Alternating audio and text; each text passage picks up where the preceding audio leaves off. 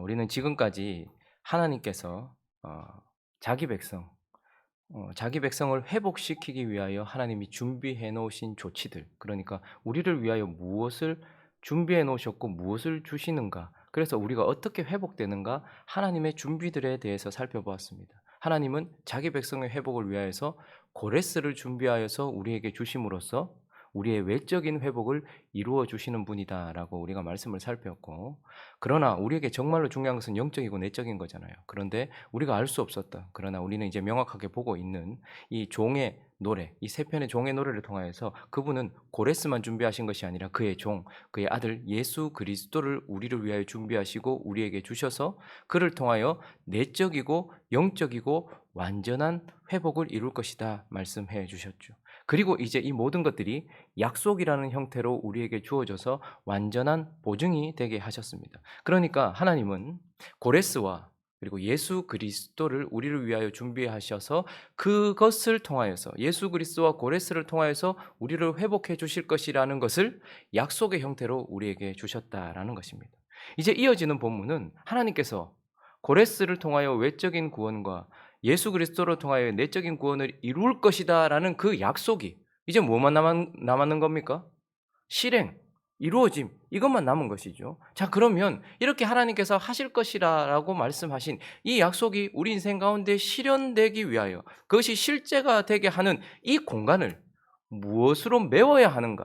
그러니 어떻게 하면 이 약속이 우리 삶 속에 실제가 되어지는가? 그리고 이것을 실제로 만드는 요소들은 무엇인가에 대하여서 우리에게 말씀해 주는 본문이 오늘 우리가 읽었던 본문입니다. 그러므로 이제 우리에게 약속되어진 이 완전한 준비, 이것이 어떻게 우리 가운데 완전하게 실행이 되어질 수 있게 하는지, 그것에 대한 몇 가지 요소들을 우리는 좀 살펴보려고 합니다. 자, 그러면 이제 이 모든 약속이 실행되는 이 약속과 실행 사이에 주어져야 되는 요소, 회복은 그러면 무엇을 통해 오는가? 그 첫 번째는 바로 기도라고 오늘 본문은 우리에게 말씀해 주고 있습니다. 그러니 우리에게 주어진 회복의 약속은 우리에게 회복의 실행이라는 것 사이에 분명히 무엇과 함께 온다는 거예요. 기도와 함께 온다. 기도라는 요소가 그 속에 포함되어 있어야 한다라고 말씀하고 있는 것입니다. 자, 우리가 읽었던 것처럼 우리 어제 본문에서 보면 51장 1절부터 8절까지 쭉 보면 전부 약속이에요. 하나님께서 우리를 구원하시겠다. 고레스를 통하여 예수를 통하여 완전히 외적으로 내적으로 완전히 구원하시겠다라는 그 약속을 받았어요. 자, 그러면 이제 약속을 받은 우리에게 필요한 것은 무엇입니까? 대부분 보면 약속을 이루어지기를 기다림이라고 생각을 합니다. 그러나 틀린 말은 아니지만 사실 성경은 언제나 약속 다음에 우리에게 주어져야 될 것, 우리에게 필요한 것은 기다림이 아니고 기도함이다라고 우리에게 분명하게 말해주고 있어요. 오늘 9절 말씀을 한번 볼까요? 9절 말씀 읽습니다. 시작. 여호와의 팔이여 깨소서 깨소서 능력을 베푸소서. 잠깐만요. 지금 뭐 하는 걸까요? 앞에는 하나님이 우리를 고레스와 예수를 통해서 회복할 것이다라고 약속하셨어요. 그런데 그 약속을 듣자마자 무엇으로 이어지고 있습니까? 기도로 이어지고 있어요. 이 약속을 들은 자는 기다림으로 이어지는 것이 아니라 기도함으로 이어지고 있다는 것을 보게 돼요. 그래서 시선을 하나님께 두고 그 약속을 들었는데, 하나님께서 구원하실 것이다, 회복하실 것이다 약속을 들었는데 거기서 아 그래요? 라고 그냥 기다리는 것이 아니라 그를 향하여서 뭐 하는 거예요? 깨소서 깨소서라고 말하면서 그분을 깨우면서 하나님이 약속하신 것을 이제 내 삶 속에 이루어 주십시오라고 기도하기 시작하는 것입니다. 자, 그런데 이 기도가 어떤 기도인가? 둘째 줄부터 읽어볼까요? 시작. 옛날 옛시대에 깨신 것 같이 하소서. 라합을 점이시고 용을 찌르시니가 어찌 주가 아니시며. 자, 지금 옛날 옛시대 언제를 얘기할까요? 지금 제2 출애굽을 앞두고 있는 바벨론에서 나가야 되는 그들이 옛날 옛시대라고 하는 건 언제일까요?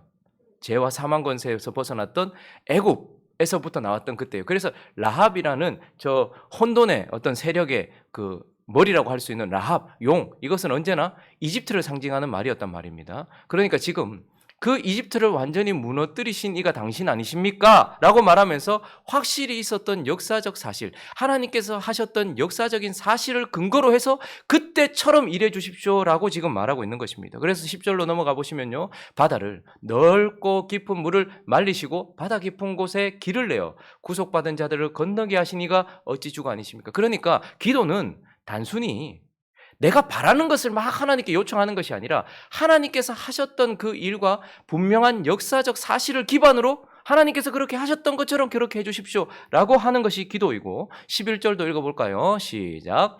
여호와께 구속받은 자들이 돌아와 노래하며 시온으로 돌아오니 영원한 기쁨이 그들의 머리 위에 있고 슬픔과 탄식이 달아나리다. 슬픔과 탄식이 달아나고 우리한테 영원한 기쁨이 있을 것입니다 라는 지금 긍정적 사고를 가지고 외쳐대는 것이 아니고, 하나님께서 구속받은 자들이 돌아올 것이다, 너희가 노래할 것이다, 시온으로 돌아올 것이다, 영원한 기쁨이 너희 머리 위에 있을 것이다, 슬픔과 탄식이 달아날 것이다 라고 말씀하신 그 말씀대로 내게 이루어 주십시오라고 기도하는 것입니다. 그러니까 지금 하나님의 약속을 받아든 선지자가 곧바로 무엇을 하는가 하니까 그 약속대로 내게 이루어 주십시오라고 단순히 기다리는 것이 아니라 그 약속대로, 그 이전에 하셨던 하나님의 역사대로 이루어 주십시오라고 기도함으로 나가고 있다는 것을 보게 돼요. 다니엘도 이 즈음에서 이렇게 하였죠. 다니엘서 9장을 보시면요, 1절에 메대 족속 아수에로의 아들 다리오가 갈대아 나라 왕으로 세움을 받던 해였어요. 그러니까 포로로 지금 다니엘이 잡혀가 있죠. 그때 첫 해, 2절요, 곧 그 통치 원년에 나 다니엘이 책을 통해 뭘 깨달았어요? 여호와께서 말씀으로 선지자 예레미야에게 알려주신 그 연수를 깨달았나니. 자, 그러니까 포로 생활이 언제 마쳐질 것이다 라는 것을 예레미야서를 보고서 깨달았다는 것. 몇 년이라는 걸 깨달았어요? 70년이라는 것을 깨달았어요. 아, 이 포로 이거 언제 마쳐질까? 분명히 하나님 회복시킨다고 했는데, 그래서 막연히 바라보고 있었는데 하나님께서 70년이라는 연수를 명확하게 하나님의 선지자 예레미야서를 통해서 깨달았단 말입니다. 그래서 곧 예루살렘의 황폐함이 70년 만에 그치리라 하신 것이니라. 자, 이제 약속을 받은 것이죠. 70년 만에 우리가 회복될 것이라는 약속을 받았어요. 자, 3절 읽습니다. 시작. 내가 금식하며 베옷을 입고 죄를 덮어쓰고 주 하나님께 기도하며 간구하기를 결심하고. 여러분, 기도와 간구가 있기 전에 뭐가 있어야 돼요? 사실 결심이 있어야 돼요. 기도해야 되겠다, 간구해야 되겠다. 근데 금식은 뭐죠? 정결하게 내 모든 것들, 내 육신의 모든 것들을 다 포기한 채 하나님께 기도해야 되겠다라고 결심을 했어요. 그리고요, 내 하나님 여호와께 기도하며, 기도의 결심이 기도로 이어지는 것이죠. 여러분, 우리는 이렇게 생각할 수 있어요. 하나님께서 회복시키신다며, 70년 만에 하신다며, 그러면 기다리면 되지. 그게 뭐 기도한다고 이루어지고 기도 안 한다고 그러면 안 이루어지나? 70년 만에 한다고 했는데. 근데 하나님은 뭐라고 말씀하십니까? 언제나 회복의 약속을 받은 자가 회복의 실행을 누리려고 한다면 그것을 붙들고서 기도로 그걸 잡아당기는 분명한 기도가 있어야 된다라고 우리에게 말씀하고 있는 거예요. 그러니까 기다림이라는 것 안에는 기도함이라는 것이 항상 포함되어 있어서 하나님의 백성들에게 있어서 기다린다라는 것은 기도한다라는 것과 다르지 않다라는 것입니다. 하나님이 하시겠다라는 약속이 우리의 기도라는 요소를 거쳐서 실행으로 되어진다라는 것을 다니엘서를 통해서도 보게 돼요. 창세기 우리가 21장을 보면요, 믿음의 조상 아브라함이 하나님이 약속하셨던, 보이지도 않았던 그 약속 있잖아요. 불임 가정에 아들을 낳을 것이라고 말씀하셨는데 70이 넘은 그 사람에게 80이 넘어도 90이 넘어도 이루어지지 않던 그 일이 21장 1절 2절에 드디어 이루어집니다. 읽어봅니다. 시작.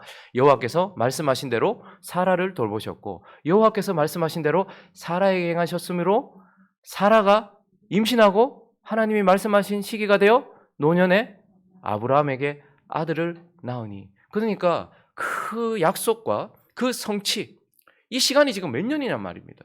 그런데 지금 이렇게 성취가 됐어요. 자, 그러면 아브라함은 약속을 받고서 뭐 한 거예요? 지금까지 뭐 했을까요? 이삭 주시길 기다렸겠죠. 근데 단순히 기다리기만 했을까요?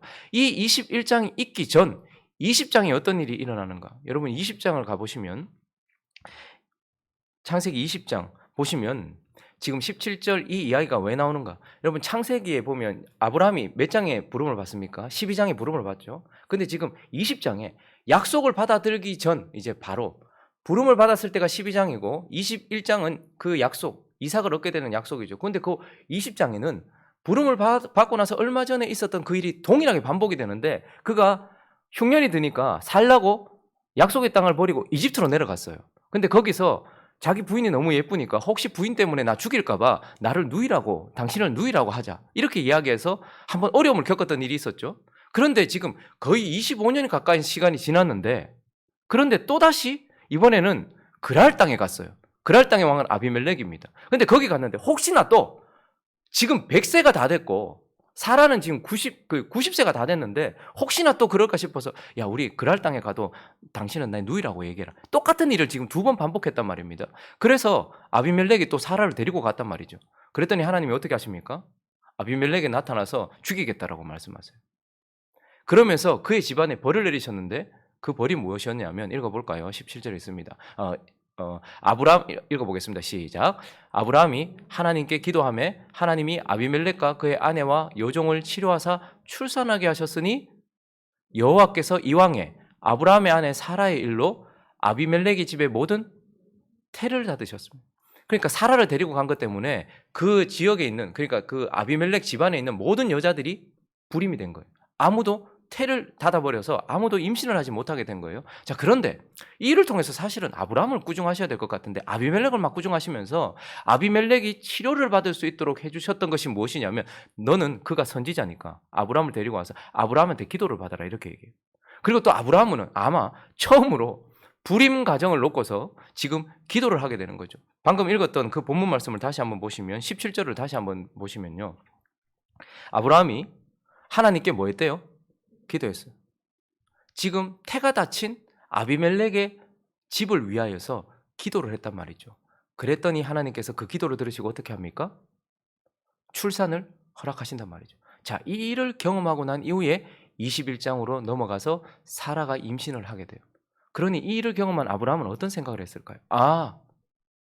태가 다친 그 여인과 그 집을 위해서 기도할 때에 하나님께서 태를 여시고 그들을 치료하셨던 것처럼 태가 다친 나와 우리 가정에도 하나님이 주신 약속이 이루어지려면 내가 기도하면 그 태가 열릴 것이라는 것을 명확하게 깨닫게 되었을 거예요. 그러니까 명확하게 기록되어 있지는 않지만 아브라함은 무엇을 했을까요? 태가 다친 아비멜렉의 집에 태가 열리는 기도를 보면서 하나님이 약속하셨던 이 일을 놓고서 내가 기다림만 하는 것이 아니라 기도함으로 나아가서 똑같이 기도했겠지 않겠습니까? 그래서 어떤 일이 일어났을까요? 결국은 21장에 사라가 이삭을 임신하게 되는 일이 있었던 것이죠. 그러므로 회복이라는 약속과 하나님의 모든 은혜의 때가 우리에게 실제가 되기 위하여 하나님은 어떤 요소를 우리에게 요구하고 계시는 거예요. 기도라는 요소를 우리에게 요구하고 계시는 거예요. 사람들은 회복을 참 원해요. 그게 참 우리에게 이루어졌으면 좋겠고 우리의 그 소원을 참 이루어졌으면 좋겠어요. 근데 참으로 기도하지 않아요. 하나님이 약속하셨으니까 주시겠지라고 말하면서 기도하지 않아요. 그런데 하나님은 기도와 함께 회복의 실제가 온다라고 말씀하십니다. 자, 두 번째, 오늘 본문 말씀을 통해서 또 이 약속과 실행 사이에 무엇이 요구되어지는가, 무엇과 함께 회복의 실행이 주어지는가, 두 번째는 순종이다라고 말씀하고 있습니다. 자, 하나님의 약속이 이어졌을 때 곧바로 선지자는 하나님을 향하여 깨소서라고 기도했어요. 그리고 나서 하나님께 기도하고 그리고 응답을 받고 난 이후에 17절 말씀 읽어봅니다. 17절 말씀 시작. 여호와의 손에서 그의 분노의 잔을 마신 예루살렘이여 깰지어다. 자, 하나님의 약속을 받았던 그가 먼저 하나님을 향해서 기도하더니 이제 그 하나님께 기도한 선지자가 하나님께 응답을 받고 나서 이제 예루살렘 회복을 입어야 되는 사람들을 향해서 또 뭐라고 말하는 거예요? 깰지어다라고 그들을 향해 호소하고 있는 것을 보게 됩니다. 그러면서 뭘 하라고 말합니까? 일어설지어다라고 말하고 있어요. 주저앉아 있는 그들, 포기한 그들, 그리고 회복을 기다리지 않고 있는 그들에게 한 가지 일을 요구하는데 일어서라라고 요구하고 있어요. 그리고 52장 2절도 똑같은 말씀이 반복되고 있는데 시온이여 깰지어다 내 힘을 낼지어다. 힘을 내라라고 지금 말하고 있어요. 거룩한 성 예루살렘이여 내 아름다운 옷을 입을지어다. 옷을 입으라고 말하고 있어요. 할례받지 않은 자의 부정한 자가 다시는 내게로 돌아오지 않을 것이다 라고 말하면서 2절에서요 또 너는 티크를 털어 버릴지어다. 일어나 앉으라. 그리고 뭐죠? 내 목의 줄을 스스로 풀어라. 지금 이 모든 것들에 대하여서 하나하나 아무것도 아닌 것 같은 일이지만 일어나라, 앉으라, 티크를 털어라, 옷을 입어라, 준비해라, 목을 벗어버려라 라고 여러 가지 것들을 요구한단 말이죠. 그런데 그때에 이것의 순종을 통하여서 무엇이 이루어지는 것입니까? 우리에게 하나님께서 작은 건강을 위해서 의사들이 손을 깨끗이 씻어라, 뭐 음식은 이렇게 먹어라 저렇게 먹어라 아무것도 아닌 것 같아도 그것에 대한 순종 이후에 건강이 찾아오는 것처럼 우리에게 주어진 약속도 하나님이 그 약속을 이루기 위해서 아무것도 아닌 것 같은 어떤 일들을 요구할 때 그것을 하나하나 순종할 때에 반드시 우리에게 회복의 결과들이 찾아온다라는 거예요. 여러분 이스라엘 백성들이 이집트에서 완전한 탈출을 하게 되는 그 순간, 출애굽할 때에 애굽에서 탈출을 하고 홍해를 건널 때에도 똑같은 일이 반복됐죠. 출애굽기 14장에 보시면요. 뒤에 갑자기 분노한 바로와 그의 군대가 전멸시키기 위해서 따라왔습니다. 근데 앞에 뭐가 있어요? 홍해가 있어요. 자, 그런데 그때 사람들이 불평하기 시작하고 걱정하기 시작하고 두려워하기 시작했고 모세 또한 그랬어요. 그래서 모세가 뭘 했을까요, 그때? 기도했어요. 그러니까 하나님이 뭐라고 말하는 거 아니까 여호와께서 모세에게 이르시되 너는 어찌하여 내게 부르짖느냐? 지금 기도할 때냐? 내가 네 보고 나가라 했지 않느냐? 라고 말하면서 뭐라고 말합니까? 이스라엘 자손에게 명령하여 앞으로 나가게 하고, 지금 앞에 바다인데 하나님은 나가라 이렇게 말씀하세요. 나 지금 바다인데 이거 나가라고. 하나님은 그냥 칼에 죽지 말고 물에 죽으라는 갑다 라고 생각할 수 있겠죠. 근데 앞으로 나가라 하고, 그 다음에 16절을 보니까요, 모세한테는 지팡이를 들고 손을 바다 위로 내밀래요. 여러분, 이거 지금 이 위기 상황 속에, 생명이 걸려있는 상황 속에 지팡이, 이거 지금까지 들고 있었던 이 양치던 냄새나는 지팡이, 이거 지금 바다를 향해 이거 드는 게 뭔 소용이 있을까 생각할지 모르겠지만, 그것을 내밀었을 때 어떤 일이 일어나는 거예요?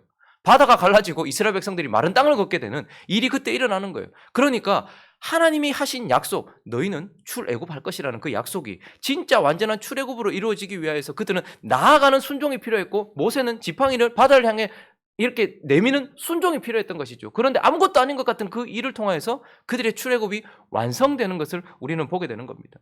그리고 그들이 약속의 땅에 들어갈 때도 동일해요.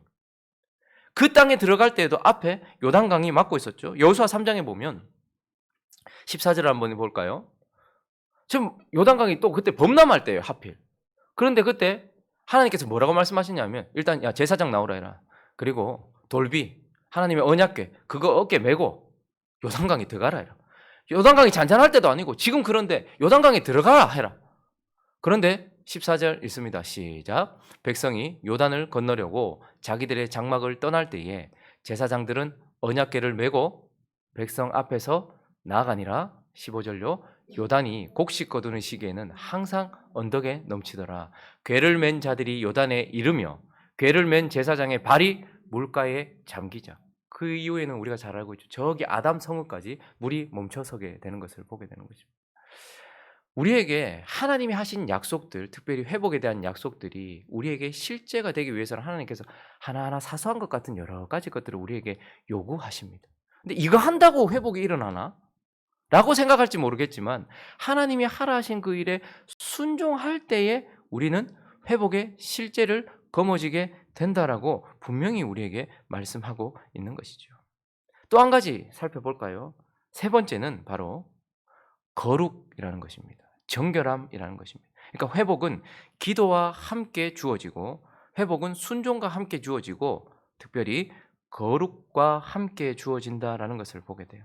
오늘 우리가 읽었던 마지막 본문 말씀 12절 말씀을 읽어볼까요? 52장 12절 말씀 읽어보겠습니다. 시작. 여호와께서 너희 앞에서 행하시며 이스라엘의 하나님이 너희 뒤에서 호위하시리니 너희가 황급히 나오지 아니하며 도망하듯 다니지 아니하리. 이제 회복의 역사가 일어나고 하나님께서 은혜를 주시는 이 은혜, 얼마나 감사합니까? 우리는 늘 미래가 두려운 자들이에요. 앞이 두려운 자예요. 그런데 하나님께서 우리 앞에서 행하셔서 우리의 내일을 보장해 주신대요. 그런데 앞으로 나아가도 사실 우리가 살아왔던 하루하루, 그게 과거가 되는 순간 우리에게는 후회가 되고 우리에게는 아픔이 되고 늘 우리의 발목을 잡는 과거예요. 살아왔던 한순간 한순간이 결국은 내 삶을 무너뜨리고 내 삶에 얼룩을 지게 만드는 것들이죠. 그래서 우리는 과거도 참 중요해요. 그런데 이스라엘의 하나님이 너희 또 뭐해서요? 뒤에서 호위하신대. 그래서 과거가 나의 발목을 잡지 못하도록, 앞이 나를 무너뜨리지 못하도록 하나님께서 하시고, 그렇다고 그러면 현재는 보장이 됩니까? 앞을 호위해 주시고 앞에서 행해 주시고 뒤에서 호위해 주셔도 지금 내 현재는 어떻게 해요? 그런데 하나님이 어떻게 합니까? 지금 현재도 황급히 나오거나 도망 다니듯 다니지 않도록 나의 현재도 붙들어 주시는 이 회복의 시작이 무엇과 연결되어 있습니까? 11절과 연결되어 있습니다. 11절에 있습니다. 시작. 너희는 떠날지어다. 거기서 나오고 부정한 것을 만지지 말지어다. 그 가운데서 나올지어다. 여호와의 기구를 매는 자들이여 스스로 정결하게 할지어다. 하나님이 고레스를 통하여, 예수를 통하여 이 약속을 주시면서 이 약속이 이루어지기 위하여서 너희에게 필요한 것은 열심이라기보다는 거룩이다라고 말씀하고 있는 거예요. 그래서 앞에서 호위하시고 뒤에서 우리를 붙들어 주시며 나의 현재도 지켜주시는 이 하나님의 회복이 시작되기 전 11절에 하나님이 거룩을 우리에게 요구하고 있다는 거예요. 떠나라는 거예요. 바벨론에서 떠나라. 더러운 것에서부터 떠나라. 만지지 말아라. 정결하게 해라. 라고 우리에게 말씀하시면서 이 정결은 외적인 것만을 말하는 것이 아니겠죠. 단순히 바벨론에서 나가는 것만이 아닐 거예요. 바벨론을 붙들고 있는 그 더러운 내적이고 영적인 더러움에서부터 떠나라는 거예요. 그러니까 외적이고 내적인 그 모든 것에서부터 떠나고 그것을 만지지 말고 정결하게 해라. 라고 우리에게 거룩을 요구하고 계시는 것입니다. 그러니 거룩은 무엇일까요? 거룩은 일단 죄된 삶에서 떠나는 것입니다. 이건 가장 기본이에요. 하나님께서 우리에게 역사하시려고 하는 순간에 거룩을 요구하실 때 우리는 일단 죄로부터 떠나야 돼요. 죄의 문제는 우리가 그 죄를 사랑한다는 것이 문제죠. 그것이 죄인 줄 알면서 한다는 것이 문제죠. 그런데 하나님은 거룩해라라고 말할 때 죄된 삶에서 떠나라고 말하고 있어요. 지금 여러분 어떤 죄를 범하고 계십니까?